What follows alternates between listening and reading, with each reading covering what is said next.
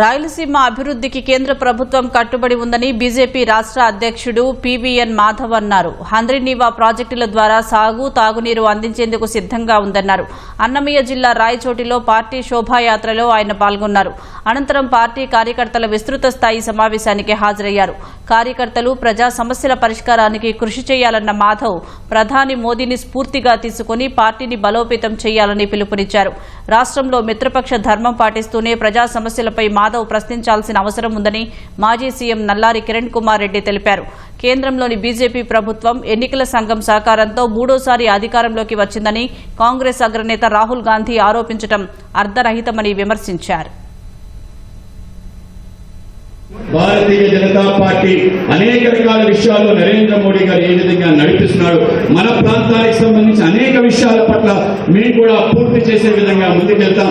ముఖ్యంగా రాయలసీమ సంబంధించిన నీటి ప్రాజెక్టుల విషయంలో ఏవైతే పూర్తవ్వాలో వాటిని పూర్తి చేసే విధంగా మన ప్రాంతానికి సంబంధించిన హంద్రీనీవా తప్పనిసరిగా అది పూర్తవ్వాలి, చివరి దశలో ఉంది. దాన్ని పూర్తి చేసే విధంగా ముందుకు తీసుకెళ్లే విధంగా కూటమి ప్రభుత్వం చేస్తుందని మీకు తెలియజేసిన మాధవ్ అధ్యక్షుడే అంటే మేమే అధ్యక్షుడైన కార్యకర్తలందరూ భావించారు.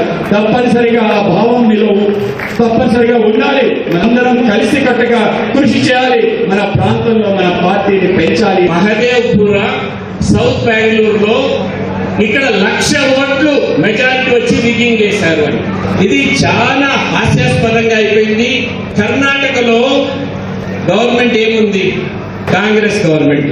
మహదేవ్పురాలో తప్పు జరిగింది అనుకుంటే ఓటర్ లిస్ట్ లో ఎవరికి బాధ్యత? ఆడున్న కాంగ్రెస్ గవర్నమెంట్ బాధ్యతనా, ఎలక్షన్ కమిషన్ ది బీజేపీకి బాధ్యతనా? ఒక్కసారి ఆలోచన చేసుకోవాలి.